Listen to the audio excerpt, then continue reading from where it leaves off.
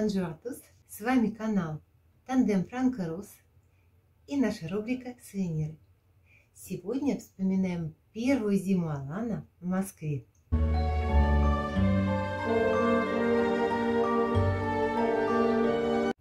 Алан должен был приехать на целый месяц. Выпало на январь, потому что поездка по Золотому кольцу. И потом остаться на месяц пожить в Москве. Почти на месяц. Это был важный момент, потому что он должен был решить, сможет ли он переехать жить в Москву. Если нет, то придется мне ехать во Францию. А это в мои планы никак не входило. Поэтому я сделала программку очень загруженную, чтобы заскучать не успел. Начали с посещения салона красоты. Все прошло на уровне. Цены, говорит, как в Париже, но и сервис тоже, в общем-то, не подкачал. Потом пошли гулять по центру. У нас же в это время рождественские ярмарки, красиво так все. И все у нас такое огромное. И горки ледяные с 10-й, наверное, этаж. Или даже больше. И самовар у нас в рост человека. И блины на сковороде. Метр в диаметре как минимум. Вот тогда мы и решили, что блины русские и le crêpe français это абсолютно то же самое. В общем, гуляем по центру города, атмосфера праздника, огни, музыка. Очень все душевно.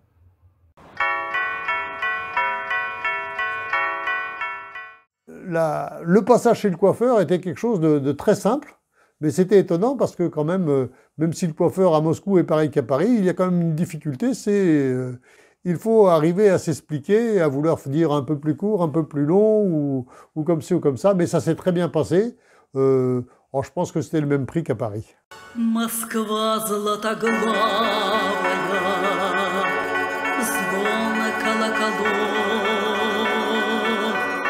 царь пушка державная, аромат пирогов, конфетки, мараночки, словно лебеди саночки. Les animations de Noël dans le centre de Moscou sont comme dans toutes les capitales. Une ambiance chaleureuse, on peut manger des crêpes et boire du thé ou du vin chaud. Plein de petites échoppes où on peut acheter tout ce qu'on n'a pas besoin. Mais c'est festif et bon enfant. Doit être comme ça dans tout le monde chrétien à cette période de l'année. Mais il y a la chaleur russe, de l'ambiance russe, qui fait contrepoids au froid du climat. Parce que vraiment, il faisait très froid.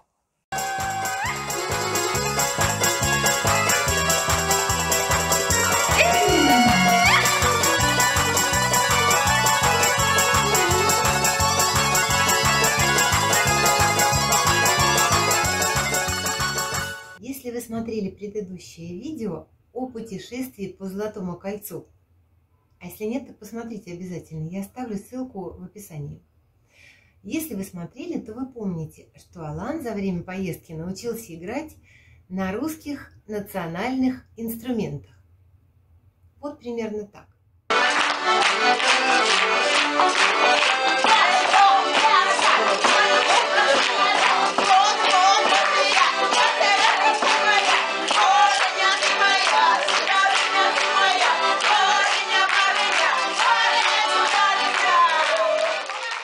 У него получается, правда? Но по возвращении в Москву он меня попросил найти какой-нибудь концерт с русскими национальными инструментами. Чего уж проще в Москве-то. Нашла целый спектакль. Очень ему все это понравилось. Потом много еще было разных выходов. И в театры, и в музеи, и на выставки. Куда только не ходили. В оперу ходили. Предложила я ему сходить на Бориса Годунова. В Большой как раз, да, это было в Большом. Ой, сначала он усомнился. 4 часа. Да это же разве высидишь столько? Но потом все-таки его убедил. Он очень любит русскую историю с царями, с королевишнами. А там уж, в общем, пошли мы в оперу. Прошло на одном дыхании. Так смотрел, интересно, все нравится. А когда эта сцена с всадником, я говорю, не, а что, вот у нас вот так, опера с конями.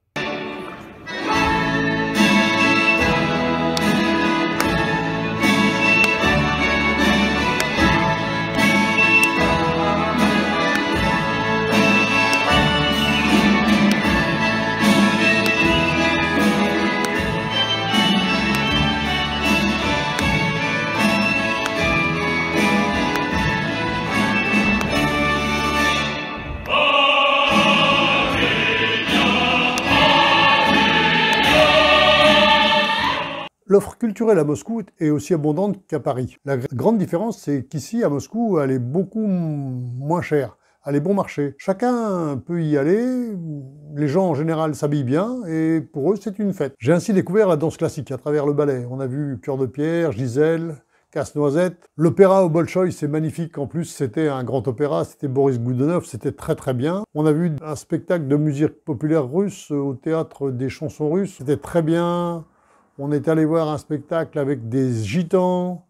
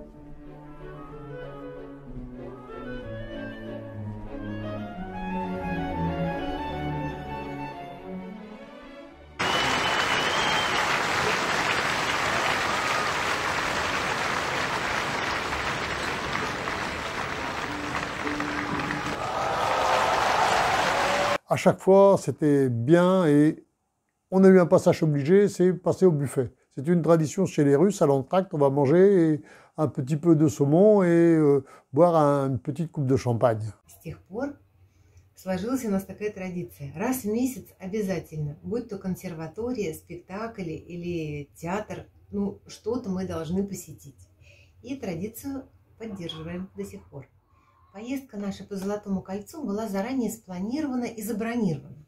Но тут, в начале декабря, он мне заявил, что он приедет на Новый год. Вот раньше у него не получалось, а тут как-то все сложилось. Визу дали, билет он купил и приедет уже к Новому году.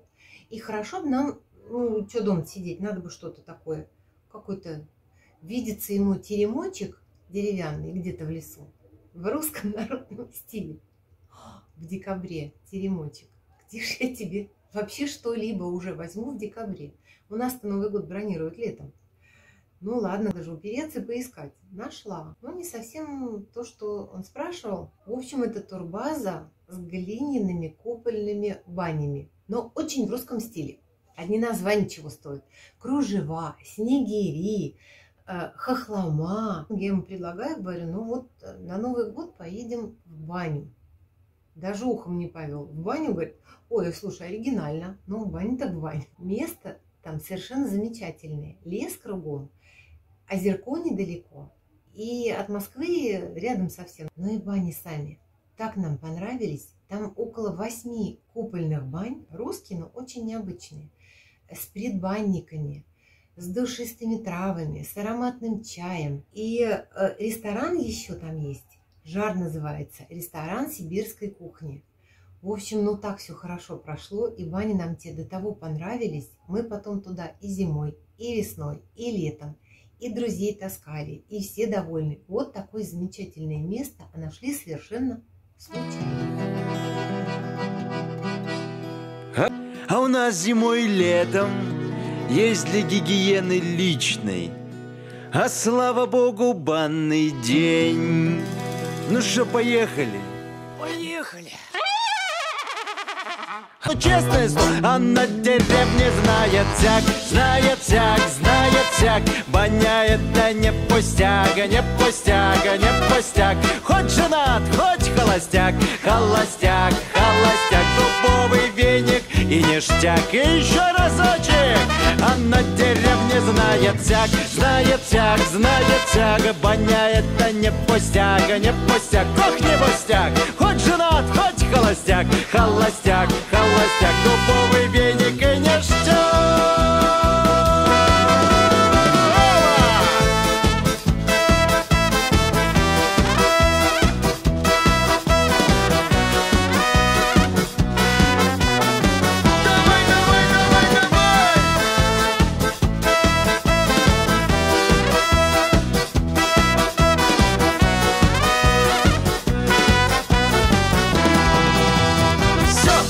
Le bar russe. Alors, c'était pour moi une aventure. Ça a commencé dans une gare à Moscou. On a pris un électrichka de Moscou à Noginsk à l'heure du retour des gens du travail. Un vrai train de banlieue parisienne, mais un peu plus exotique, avec des vendeurs de bricoles tout le long, des gens qui descendent à chaque arrêt pour éviter les contrôleurs. Une petite aventure. Puis on arrivait de nuit, après quelques 1 kilomètre au moins à pied dans la neige, dans un super hôtel très sympathique. On s'est installé, une chambre confortable, et on est parti dans le bain russe. Et pour moi, c'était une découverte et c'était très très bien. Une bonne ambiance, on peut boire du thé, manger des fruits secs, et vraiment une chaleur et beaucoup mieux qu'un sauna classique ou un hammam. Vraiment, le bain russe, c'est quelque chose de spécifique que je souhaite après faire découvrir à plein de mes amis français. La fin de la soirée s'est déroulée dans le resto d'hôtel qui était très très bien. On a pu manger sibérien, une très très bonne soirée, une très bonne expérience à renouveler. Ну, все хорошее когда-либо кончается. Виза его тоже подошла уже даты к концу. И пришла пора расставаться. Напоследок был у меня запланирован этномир. Вот если вы любите путешествовать недалеко от Москвы, то самое то место. Во-первых, посетить сразу все страны можно. Поучаствовать в мастер-классах. Накупить себе разных сувениров, тоже из разных стран. Ну, что касается России... И Сибирь, и Аляска, и Россия, Украина, Белоруссия, Таджикистан, и юрты, ну, в общем, все. На хасках покататься можно. Весело время провести на весь день всей семьей, ну, то, что надо.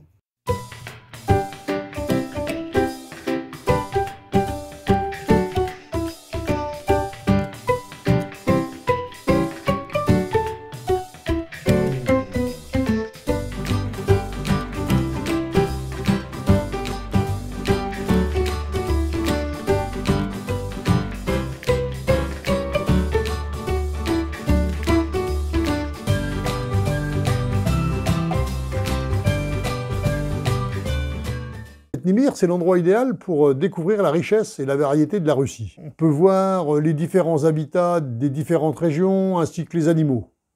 On peut voyager de l'Ukraine à la Sibérie dans la même journée. On voit des huskies, on voit des poules de Sibérie, on fait plein de choses. On peut faire, quand c'est l'hiver, là c'était l'hiver, un tour en traîneau. C'est très très bien. Et en plus, c'est une ouverture à d'autres pays du monde. On voit un temple bouddhiste en Inde, on voit des rues de Paris. C'est un endroit très très agréable.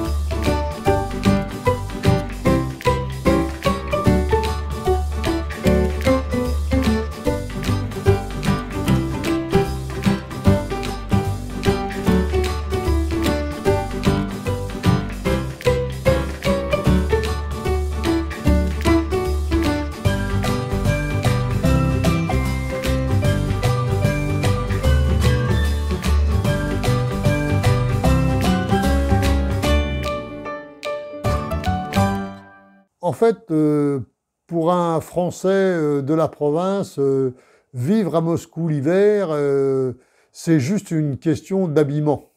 Il faut bien s'équiper, parce qu'il fait très froid, c'est surprenant, mais du fait que le climat est sec, le froid est beaucoup moins difficile qu'avec de l'humidité. Je suis comme à la maison. Je me sens pas du tout dépaysé et tout va bien. Ну и провожая уже в аэропорт, по дороге спрашиваю, ну как ты себя чувствовал-то все это время? Он говорит, вот я себя чувствовал как дома.